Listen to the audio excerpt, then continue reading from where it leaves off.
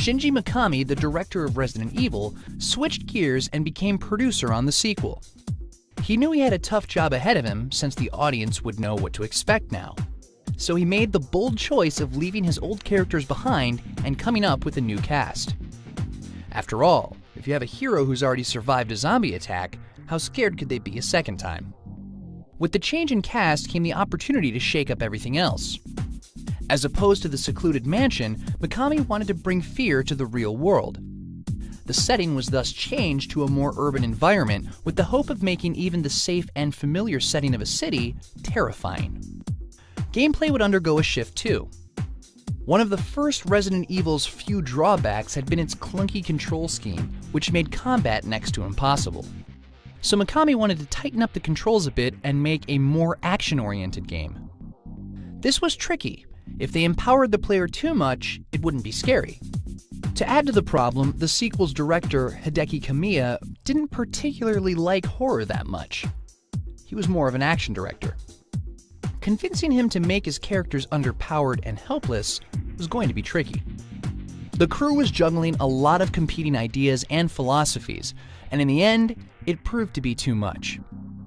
Mikami took a hard look at the game in February 1997, just 2 months before it was supposed to release. There were a lot of good ideas, but they just didn't cohere into a game that Mikami was proud of. So he went to his higher-ups at Capcom and asked the impossible. He wanted to start over. The game was practically finished.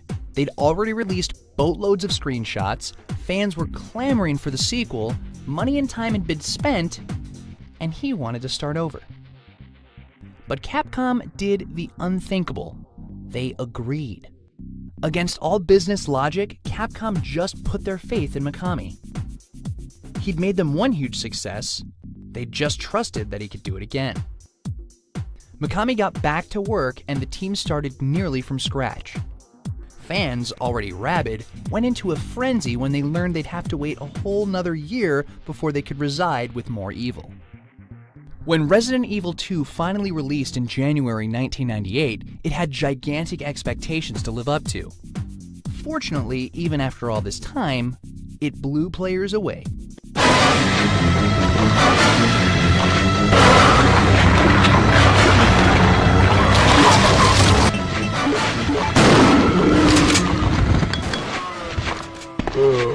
The new small-town America setting was a perfect fit with the game's creepy tone. Everything was more interactive, from the pre-rendered backgrounds to the character choices. Each character went on a different journey, and on the gamer's second playthrough, he'd find that things he'd done in the first playthrough actually affected his second. All of this was wrapped up in better graphics and smoother animations. But at the end of the day, what Resident Evil 2 absolutely nailed was the atmosphere.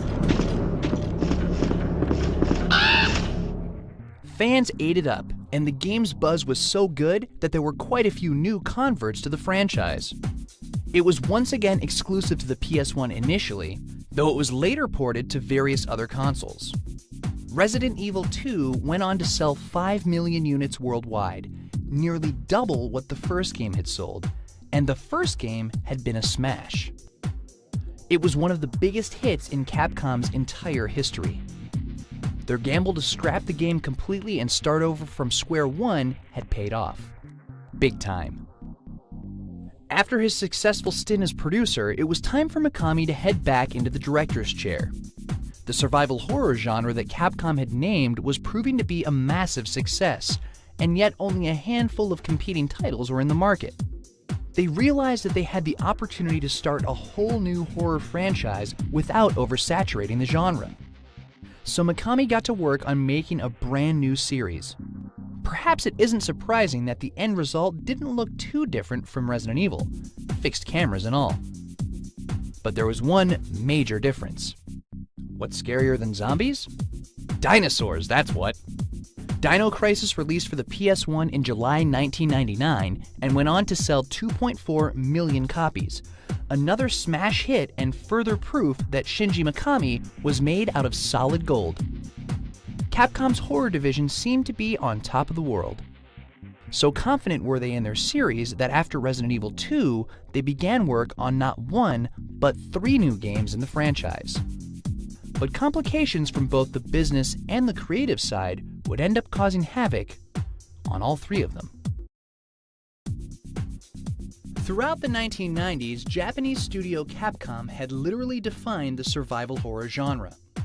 From its early Sweet Home to its landmark Resident Evil, Capcom quickly became the king of its own corner of gaming. It was only natural that the business executives would want a quick sequel, but the franchise's creative father, Shinji Mikami, struggled to find a way to keep a familiar formula fresh. After a year of work, he scrapped the game and started over from scratch. Fortunately, the result was another terrifying experience that went on to be one of the publisher's best-selling titles. After that, Capcom knew they had a giant franchise in the making and decided to start development on several different Resident Evil.